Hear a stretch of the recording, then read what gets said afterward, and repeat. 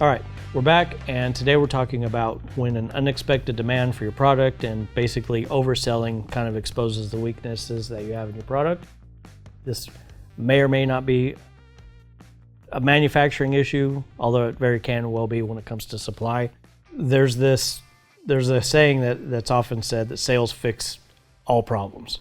I don't think so, no. Because it starts exposing the weaknesses in your company, especially when over demand, or let's say you're fortunate to have a viral video or an influencer go viral talking about your product. You get flooded all of a sudden overnight. You're not expecting it. This has happened to us a couple of times where somebody made a video that we didn't know they were making a video. They just did it on their own accord, and we woke up and it's sold out of a product that we never sell. We forecasted for the year, and we sold out overnight because somebody mentioned us. Yeah. And then they were like, "Did you like what we did?" It's like, it would have been nice to know that it was coming up, because we were out of stock. You had the mold. You could have set it in there the next day and made it, but it wasn't our turn in the machine. And we had to make adjustments. We had to reforecast. We also had to be careful not to place a PO for so much that if that one little fluke wasn't going to happen again or taper off, that we then weren't sitting on an overabundance of inventory. So it took a couple of days it took us about 6 hours to figure out what even happened. Yeah. And then we found out, and then we had to make adjustments. But it just goes to the fact where we woke up, the warehouse wasn't expecting an extra 200-300 orders that day. We weren't expecting, several days of people calling and go, "Hey, when is this going to be back in stock?" More customer service, more frustration, less getting to some of the daily stuff that we have to do, reports and following up with shipping and stuff, because we're answering the phone 20 times a day going, "When's this going to be back in stock?" Yeah. We had to order the supply. We have the same type of boxes for most of our things, so that wasn't a concern, but it could be for a small company. Yeah. And so I could see somebody being on Kickstarter or somebody with a little bit more marketing budget hitting that home run and then creating a demand that is going to be fulfilled weeks, if not a couple of months in the future. And that could really hurt the company. Yeah, it can. I think just being transparent with your customer base as much as you can be, maybe releasing a video saying, "Hey, thank you. We love the support. We're so glad that everybody's loving this. We didn't expect this. Please give us some time to get this back in stock. We can still accept orders. If you get your name, if you put your order in now, you'll be the first to get this next wave." And I can imagine people feeling like manufacturing is the bottleneck. Like, "Hey, Calvin, I need this tomorrow." Dude, that's not happening. We're in the middle of a PO for you. Yeah. For your other product. Or for somebody else. To stop, to take a mold out, recalibrate, all that stuff, it's a day off the press. Yeah, easily. It's going to affect not only you, but several other people. Yeah, so my other customers too. So,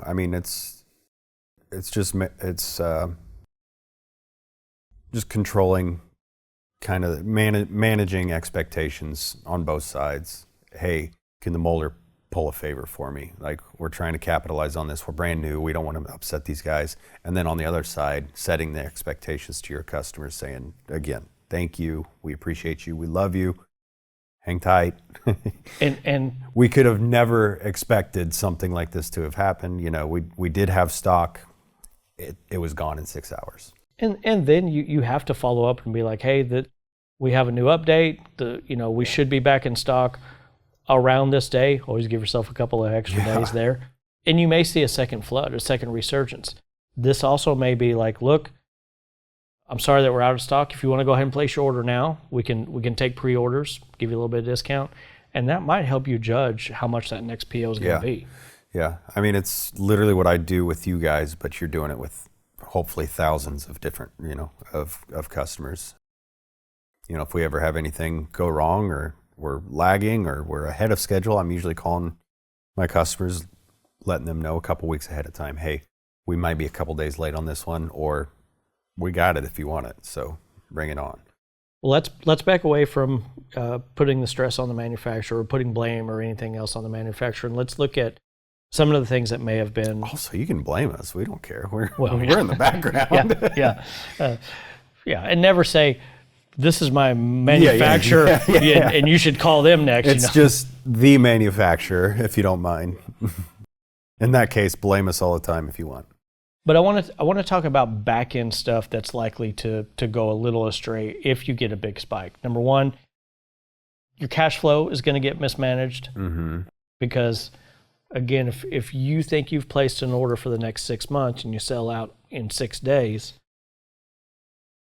yes, you have this influx of cash, but now you may or may not be ready to deal with, okay, what do I do with all this cash? Because you're not going to go buy a new Bentley. Right. You could. Please don't. Getting a pulse on what those next orders are going to be is probably the biggest thing. So, a lot of that cash is probably going right back into product, would be my guess. Get the feedback. If you can get that interaction with those customers that are wanting it, hopefully they are calling you and talking to customer service. When are you going to have this back in? Getting those pre-orders would be huge. I would just say setting expectations and creating that constant communication with the customers moving forward on that is key. And that's the thing. There's the next thing on my list, so it's a good. But staying in contact with you, relaying that information to the customers in every which way possible, without showing your hand too much, without divulging too much information. I mean, you have to hold some of this stuff close, and you want to make sure that you underpromise, overdeliver. Yeah. So again, if the manufacturer says, hey, you'll be back in stock in 6 weeks, say 8. And if you're back in stock in 7, they're happy because it's a week early. Yeah. And there's going to be a delay. And trust me, the manufacturer is going to be ecstatic for you. I mean, it just helps them too, Sure. Right? And in this early phase of this relationship, nobody really knows how this is going to go. It could go great, could go bad. The fact that you did that on, early on in your sales journey just gives the manufacturer they're probably more willing to do a favor at this point. The next thing I had on my list is inconsistencies in quality. And I'm not saying from the manufacturer, because the manufacturer is going to be able to handle scale. Like, scale's better. Mass production is what you want. The longer you can run something, the more consistent it's going to be. But go ahead. And what I'm talking about is inconsistency on you and your back end and you and your fulfillment. For instance, if you're a small business, and at this point you're everything. You're the marketing team. You're the CFO. You're the CEO. You're likely packing boxes and answering customer service phone calls and emails. So if all of a sudden you go from 2 orders a day to even 20, much less 100. Yeah. I mean, all of a sudden, that first full-time job that you likely still have because you're trying to get your baby off the ground, that you're going to have to start making a decision. And the decision is this a fluke? Should I stick with my job and just work 40 hours a day for the next, 30 years. Little bit? Or do I go ahead and jump? And that's a hard decision to make, especially if you're in a domestic partnership. Right? It's a fun conversation. Yeah. And that, look, people are going to be happy for you, but they're also going to be very cautious because your mortgage is on the line. I always tell people in this situation, just get fired. Yeah. Work so much on this one. Hopefully it's requiring so much time and effort on this one. Get fired. That's some of the best stuff I've ever heard you say. That's good advice. It makes a decision for you. Nobody wants that on the record, but...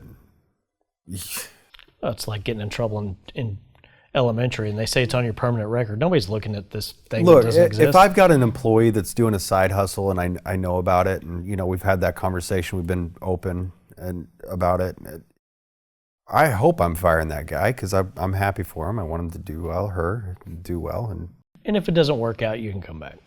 Yeah, and also I'm gonna look at you and say, hey, you shouldn't be here right now. Like, I'm not gonna fire you. Just get out of here. Let me know how it goes. Well, you're too nice for your own good. I've told you that before. Yeah, I know. The other thing that I've seen, even with us at a warehouse, is you have so many packages. The UPS, FedEx, like, we don't have enough room on the truck. We got to pick up the rest tomorrow. But tomorrow we're going to have even more orders. Yeah. And then it becomes, we'll have to send your own truck. We'll have to set a trailer down. That All great things. yeah, it's good, but it requires Time. It also requires that local UPS or FedEx to have the extra truck handlers, in our case, trailers, to leave at your facility for you to pack for them to pick up at the end of the day. Yeah. That's what we do. Yeah. Just drop trailer, fill it up, and pick it up. I mean, you should be so lucky. But the first few times that happens, boy, you better be super nice to that delivery driver. Yeah. I love UPS drivers, man. When they're good, they're great. They can either make your day or it sucks. Yeah. But normally they're great. The other thing you have to be prepared for is, with an increased amount of orders, is somebody getting the package, either it's damaged or it's not what they wanted or they changed their mind. All these things happen, whatever. Your returns are going to go up, which means on top of everything else, now you're processing returns, making sure the credit goes back, yada, yada. Yeah, you're already making my head spin. With increased, there's going to be a package or two that gets lost that you have to track down, that you have to fight UPS, and then you're having to send out another one and hoping you get paid somehow. Yeah. Hopefully talking to a person at some point on that phone call. That's not going to happen. Yeah, I know. And if you do, it's not going to be a fun talk. No, because by the time you got them on there. Well, there's other reasons, but yeah, it's pretty brutal. And thankfully, I don't have to answer the phone, but Yeah. the phone calls I do here, they're not fun. No, and at that point, you really are, you're adding employees. You can't, if you've got that much volume, at that point in time, you're bringing on some employees to help you out. So let's look at something that could add to the stress from the manufacturing side. Is if you're 100 short, you can't just order 100 pieces. You can, but the price is going to be so out of whack, it's not going to make any sense. So you have to order more parts on the next PO, which means instead of making enough for a few boxes, it's a few pallets, which means you have to ship that all at once, or else it's not going to make sense. Like, you're not going to make 100 parts and send that on an LTL truck, less than a full truckload truck, because that shipping cost is so astronomical compared to shipping what you would normally ship. Yeah. Because then you're losing money on sales, and it doesn't make any sense. First few orders are going to be tough because, again, you don't really know what you're going to sell until those sales lines are open. But moving forward, always add 20, 30% in case of a spike. Always have more than you think you'll need. We do that all the time. All while balancing, do I tie up all this money in capital and space? I mean, you're not going to get it right the first time. No, you won't get it right for a long time. You never get it right. Oh, we run out of stock, you know. Yeah. And then once you run out of one, Then they start buying the next color. Yep. And then that goes out of stock. Yeah. And then, it happens, folks. It's a chain reaction. Let's talk about the reputation damage that can happen. We've talked about this on the other project that we're working on, but there's this phenomenon where there's a mistake that's been made. Mm-hmm. And somebody's really upset about it. Mm-hmm. And you go to fix that mistake, and that fix gets messed up or lost. The customer is doubly not happy.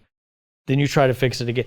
If something's going to go wrong, it's going to go wrong. In this particular instance, it happens all the time. I don't know why. If you're going to mess up, the one person you don't want to get messed up on is going to be the one that something happens. Yeah.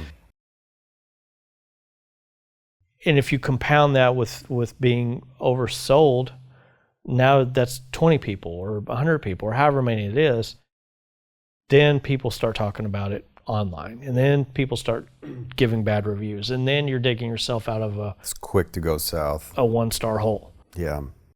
Or worse yet, your competitor or closest competitor starts to get your market share. Mm-hmm. And then once they switch, it's hard to get them back. Yeah, I mean, it's just like losing trust with a loved one, right? I mean, it's a lot easier to lose trust than build it all back. And it's very expensive to build back a customer. Because the cost of acquiring a customer is so great, to get them back, it's even more so. And it's more one-on-one. It takes up so much more time. Yeah. Listening to somebody really get upset and having to empathize when some of this stuff is out of your control, it's hard to do. Yeah, I mean, like you said, lost packages, who are they going to blame? They're not going to blame UPS because, I mean... It's your responsibility to get... We shouldn't just say UPS, we should say the logistics company. I've been trying to say both equally, but it is what it is. And look, folks, to that point, at some point, you're going to get so busy that you're going to have to start shopping rates, and you will find that both carriers have different rate structures throughout the years. You're going to use some months, and some other months that's the game. Yeah. Okay, we're going to keep this one a little short because the likelihood of you overselling your first batch or two, pretty unlikely, but it does happen. And it especially happens if your brand is a little bit more established and people are looking forward to the next product that you have. You already have an email list. You already have satisfied customers. But knowing that you're going to do a big push, or knowing that you have a seasonal product and you're going to do an announcement in time, and maybe you got all your ducks in a row and you did your manufacturing right and you are ready, it's something to having some family members or friends on your side to help answer the phones or to help with the processes. I do want to say one last thing too, and just hope to God that you're in the U.S. if you oversell. Oh, I mean, that's the whole point of this podcast. I didn't mean to overlook that one. I did too, till just now. But I mean, that's the whole point of this is if you're overseas and you oversell, good luck. Hopefully you've got one on the water right now. Otherwise, 10, 12 weeks, hopefully, depending on the year. Hopefully it's not in February. Hopefully it's not during Chinese New Year. February. Can you talk a little bit about Chinese New Year over just a couple of minutes? Like, what is it? Why have we said Chinese New Year a couple of times? Yeah. What does that mean? Yeah, it's a holiday in China, but they shut down. They shut down everything. There's no business done. Every year's a little bit different.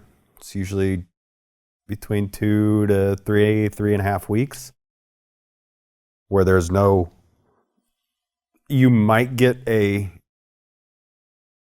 few emails back and forth on with a project manager if they come in and check emails. Otherwise, zero communication, zero work's being done. Everything's paused. They drop, they walk out, and they're done for 2 to 3 weeks.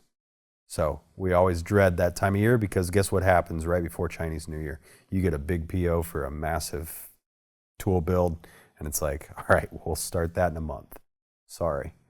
So that's just one of those dreaded things. And it's not just China. I mean, Europe has every holiday known to man where they'll just be done for a week or 2 or 3. What are these days off people take? I don't understand. I don't know, man. The U.S., we get five days a year, really? I mean, realistically, five real holiday days that you're mandated to take off. Even then, still people checking like us emails. don't. Still checking emails, doing some work. Yeah. And if you're building a company, you will be working those days. Yeah, you'll be doing, or thinking about it, which might as well be working. Yeah. In the next one, we're going to just take this a little step forward. When this product becomes a support problem, I want to start introducing people to the ideas of different personality types that you're going to be selling to and things to expect on that. So, all right. Here we go.